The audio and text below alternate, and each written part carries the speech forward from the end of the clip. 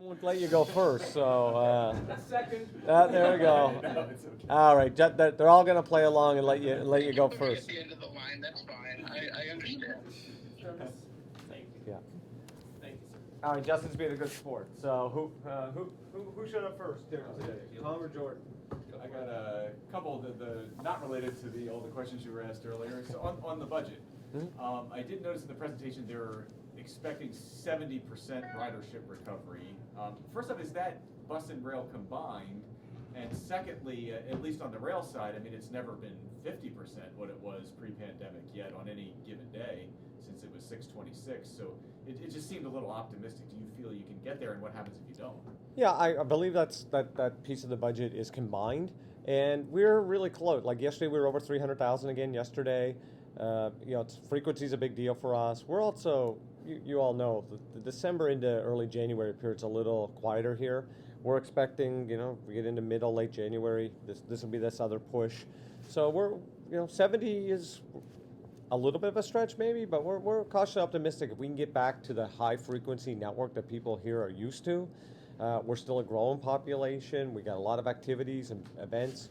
So we're going to get there, and it might only be 8 of the 12 months of the year. But on the other hand, depending on a lot of other economic factors, if we had a deep recession or gas prices or all this other stuff, so no one has a crystal ball, but we think 70 is a realistic number that is good for budgeting purposes. But if that's combined, I mean, could it be higher on the bus, lower on the rail? I know rail is your moneymaker, your main one. Well, right now bus is higher on a if you will recovery ratio for when I say recovery pre-COVID ridership recovery. But again, I'm really optimistic. We got the Silver Line open. We're going to open Potomac Yards. There's all this other activity going on. So it's going to come back.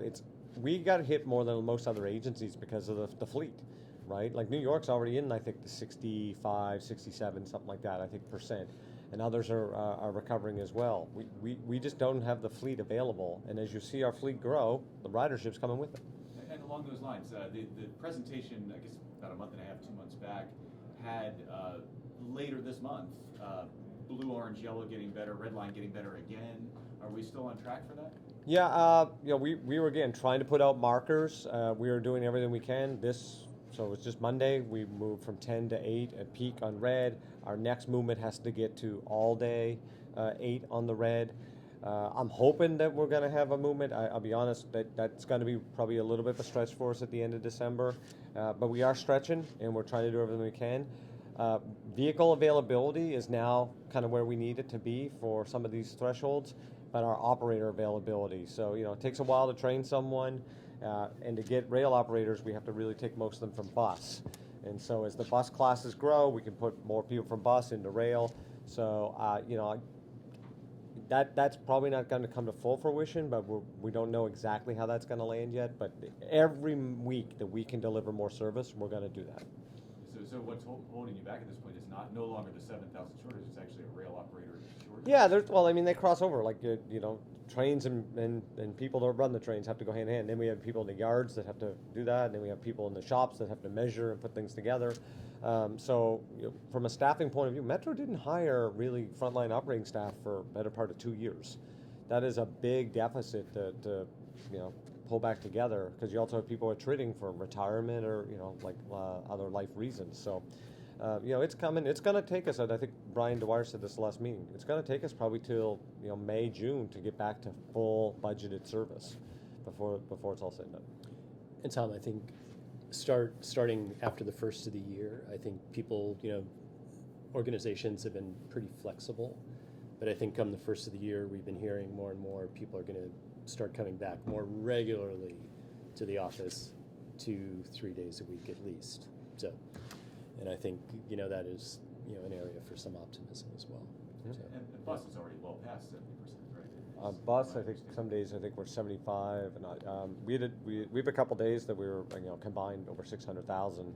So I mean it's coming, and obviously So I mean every day is kind of getting better. and look at the numbers in Silverline Phase 2 is showing already. Yeah. In addition to Dulles, you've got. I mean, look at the numbers in Ashburn. Yeah. So, I mean, All this- pretty, all pretty, this- pretty encouraging. Yeah, all this stuff keeps adding up. Yep. Question about bus service and, DC's going free and that sort of thing. One, I've heard some talks that Montgomery County is interested in this. Obviously, Alexandria's got free dash buses.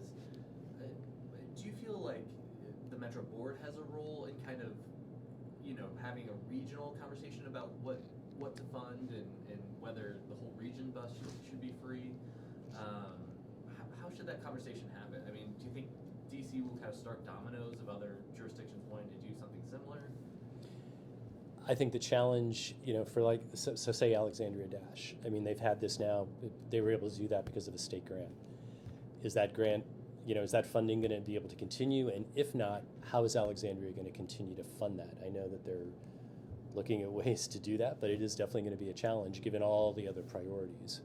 So, and I know the state funding level isn't huge and it's already prescribed. So, I think it's potentially a challenge. I think people see the value in it, and I think this move by the district obviously is going to push the conversation. So we'll see what happens. And this is more of a technical question, but I mean, DC has approved it on a first vote. They'll probably pass a second vote, but how does that integrate into your budget? Are there procedural, kind of integrating that into the actual getting people on a bus? What does that look like? Sure, a great question. So I think, I want to just do a pullback. Nothing's free. Right. That is incredibly important ground. Yeah. So It's paid for by different way, taxpayers. Yeah. That's the gigantic difference that we have to keep reminding everyone. There's nothing free. And even when we go do this, if it comes together, because remember, appreciate the council made a step, and that's a big, bold leadership in relation to largest city in the country to ever think about doing something like this. At the end of the day, the mayor, the way our form of government here, the mayor ultimately will have to move something forward. We will have to work with an MOU, memorandum of understanding between Metro and DC. The mayor, I think, the way they're structured, I could be wrong, but I believe she would have the actual signing authority. I would bring an MOU to the board to give me signing authority. So we are, what happened doesn't mean that July 1st buses are free. Two, I think that's really important, is that we wouldn't go free. What we would do is the DC government is buying fares for people in DC. That is a big difference from a technical, legal point of view, because we still are collecting fare revenue, and they are just happen to pay the bill kind of as a lump sum, if you will. Then there is the technical part of, after an MOU, the other part of that bill too is to do 24-hour service on 12 routes. That's a big deal that I've said I believe we should have as the capital arguably of the world. You need operators to do that. So that doesn't mean that the timeline on getting to approval actually will determine the timeline and implementation. Then we have massive amount of customer communication and awareness and signage and stickers on buses and sign and all that kind of stuff. So it just doesn't happen immediately. And then in the money that the council approved had money in relation to that, because we did tell them if this goes forward, we need funding from them to help with execution and startup. So not, on its way, but a lot to figure out still, it sounds like. Technical details, but again, policy-wise, obviously the council did their piece. The way the government and the district works, the mayor obviously is the mayor, right? So she has a big role to play, and then we have to have a piece on our end. One of the things I've said to all levels of DC is, if to move this thing forward, we need predictability and multi-year aspect, and the council did that in their piece. But they can't be based on future revenue, because then there's no doing this for a year and then the next year let's put fare back boxes and do that again. So there's a fair amount to still work out. Certainly possible to do, and we're looking forward to engaging them on the next steps, and I've already had some conversations on it. And Jordan, in terms of our fiduciary responsibility, we also have to be careful and very mindful that we're not, because of the 3%, exclusions with, capital and everything, that, the numbers work, so we're not putting any of, state money at jeopardy, so we don't go over it. So there are some things that, will have to be worked out to make sure things are good on that front. So the state can't come along and say, okay, we're going to take a third of your money because, you went over and, to get this free bus program. Yeah. And again, that's why they would be buying fares Yeah. And there is a big difference on that technically. And so a lot more to come in 2023. Sorry on for this. the overly No, in the weeds that's question all- at a press conference, but No, anyways. that's But it's a what you ways do. off yet too. That's I mean, right. it's Yeah. toward the end of, well, Well, it'll come Yeah. fast. Everything it'll comes come fast. fast. Yeah, yeah. Yeah. Calendar-wise, toward Yeah. the middle of the year. but- Any other questions, thoughts? I have one more, but Yeah, I- Justin. Yeah. Yeah, thank you both. I would like to ask you both. I was surprised that there was no comment about DC's decision so far to implement or try to pass fare-free rides. And I know nothing's free, but I want to hear both your comments just from a rider's perspective and from a trans perspective. If you think that this is a good thing that generates momentum for transit, and I'd like to hear both your aspect too. Is it true to say then? I'm hearing a lot of what you're saying, that it could be a wonderful thing, obviously, for riders, but it doesn't solve Metro's financial issues, and that you're concerned about permanent sources of funding, and obviously the large funding gaps that are going to exist for the next few years. And so while this is might be a good thing for many riders, your eyes right now are focused on solving Metro's economic feasibility long term. Yeah. Well, hey, Justin, it's Paul. This in and of itself is obviously not going to solve Metro's financial situation. But the one thing we did learn during the pandemic was, we have several people in this community, particularly in the district, that are transit dependent, and their dependency on transit is on a bus line. And that we weren't actually serving a lot of people that could probably use some enhanced service or a new bus line like has been proposed. So, so it is good for transit. It is good for the community and getting people to where they need to be, whether it be for a job, essential workers, just getting to a doctor's appointment. But also, for a lot of folks, it's a way they get to the metro station. And it potentially helps increase metro ridership as well. It may not be a huge percentage, but at least it's something.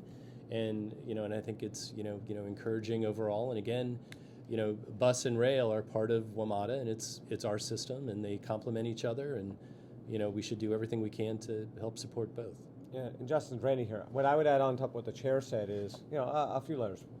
I don't think we should forget that the mayor ultimately started the leadership on this question when she proposed the circulator going free, right? So then some other cities have worked through this as well.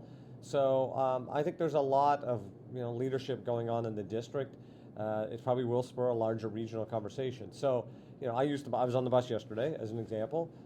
There's people that are incredibly bus dependent, both needing to or choice to, and this is going to be good for them.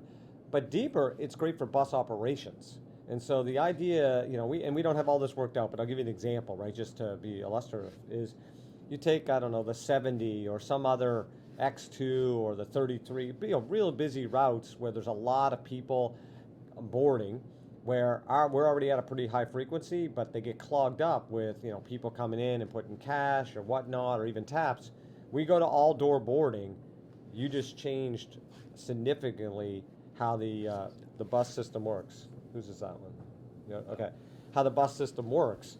So you can go from a lot of dwell time to a lot less dwell time, and depending on time of day, we have some ideas internally that could be 20-25% time savings on trip times, depending on where you are in the system.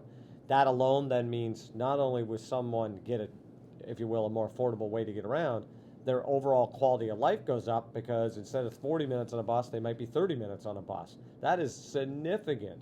And that should drive even more use of the system overall. So, and that gets people out of cars. It gets people probably doing a lot more shorter trips. It also helps right now because the kids ride free thing on the bus.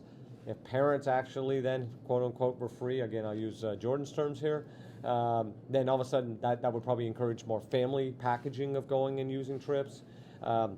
Sometimes right now you'll see a couple people say, I'm going to a bar or a game or whatever. They'll jump in a lift because there's 3 people. All of a sudden they wouldn't bother doing a lift anymore, which probably helps dramatically on major traffic issues in the waterfront and on Navy Yard at event nights. It really, really significant impact on places like the zoo, on a Saturday or Sunday with traffic up there, or Metro Center a game. So I think there's all this other secondary or tertiary benefits that are not just about the fare itself, and I think everyone kind of is excited about that. You know, there's another. You saw ATU came out in favor of this as well, right?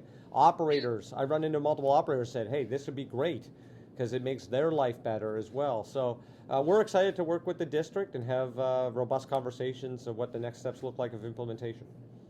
Randy, just two quick questions. Sure. And to follow up on that, does it help Metro a lot, I guess, with the financial issues that Metro has, or would you say that, obviously the region, you're still looking to the region for permanent help? And then second of all, with the violence that has occurred, obviously, I'm wondering, I did hear your comments, at length during the meeting, but I'm wondering, is there anything else that Metro might do or is thinking about doing given the shooting today? Yeah, let's do the first one. So I look at the DC bill as being, for lack of a better term, cost neutral, meaning that is money that we had budgeted that customers would have been paying to Metro for rides. Now the DC government would just cut a check for all those individual transactions. So there's no net new revenue based on this. That's why we got to be real careful, because this isn't about people in DC paying for people in Virginia and Maryland, and people in Virginia and Maryland paying for people in DC. This is, if you were going to take a bus trip in DC, we were going to gain this much revenue from those trips. One entity now is paying for all those trips. That's the best example I could do, because that's the concept. So yes, we need a regional conversation about what our funding looks like long term. And I've said from the start, I can't come in here day one and have a handout and just be in to do that. We got to bring back trust, credibility, service. I think we just did an end of year report. We're going in the right direction. Is it perfect? Nope. But I think it's pretty clear. And I think the board has acknowledged this. The green arrows are where we want them, and things are getting together. But we don't have enough money to run the system that we have today in FY25, let alone the big wish list. And when I mean wish because we want the system to be better. They're not nice to have. If we don't upgrade our signal system, 5 years, 10 years, it doesn't matter, 15 years, the system will fall apart and we'll have reliability and safety issues sooner or later. Platform screen doors could be a big enhancement. If everyone in the region wants to have cleaner air and better for environmental, then those buses for electrification and facilities aren't fully funded. People want 2 or 3 minute headways. Well, that's going to be more trains and more facilities. We don't have that. The chair mentioned this Roslyn and the core capacity issue that we've never been able to solve, and everyone's talked about these things for a long, long time. We're going to have to put them on the table once and for all. People have been talking about the funding problem here since 1975. We got to be done with it once and for all and solve. It's a structural issue. It's not about COVID. It's not about ridership. It's a structural issue. The way it was set up was designed to have a political compromise to get something built, knowing that the issue would kick down the road for people like the chair and ultimately me now with the chair and others to have to figure out. And that's okay. I think we're up for the task. And I think the way we're going to get there is show the public that we're running a great, safe system, and people want more Metro. I think it's pretty clear people want Metro. And Justin, this is going to have to be a carefully coordinated, very thoughtful approach to this conversation. As you know, the dedicated funding piece, 3 years ago was tough, and this is going to be equally as challenging. But I think we show people that we're making strides, that we are here. All the successes and the economic growth in this region is because of Metro to a large degree, and the availability of transit to get people to and from work centers and where they work and or live in some cases. So, it's going to have to be a very thoughtful discussion. And I think, people, are waking up to the fact that we have to have it, and it isn't going to be easy, but it's something that we're going to have to do as a region for sure. And then, Justin, I'll just give you a quick comment on the last question you had about public safety, and then we gotta wrap up here because we still got more part of that upstairs. But I want to acknowledge your question. So, in our board presentation, I think we acknowledged that Trans Police deployment's been up 20-25%. The exact number, Christy would have from the slides for you. I apologize, I don't have the exact in front of me. I have that. Yeah, there you go. So I think that's really noticeable. Like I mentioned in my remarks, I interacted with 6 police officers last night on my trip. I saw one this morning. You're going to see a big presence out there tonight. Not that we don't have it, but I mean, all the command staff. I mean, we're taking this really serious. I've taken this serious since the day I got here. There's nothing I care more about than the safety of our customers and my team. And I talked to the operator this morning. I talk to every day I'm out there. We have a victim of a crime, I reach out. This is a big deal for us. But I really think we got to be honest, and I'm trying to contextualize this. These are random acts of violence that are happening across our region, that are happening across America. And Metro is safe. Does it mean we can't we can be safer? Of course. But I also want to give context that we could have 500 cops everywhere every day, and we're more like a police state, but no one wants that either. So we have a gun violence issue in America. It bleeds into Metro, or we're not immune to that. I am proud of the work that the police are doing and how fast we are deploying, and our case solving rate is unbelievable. We have an extensive video system.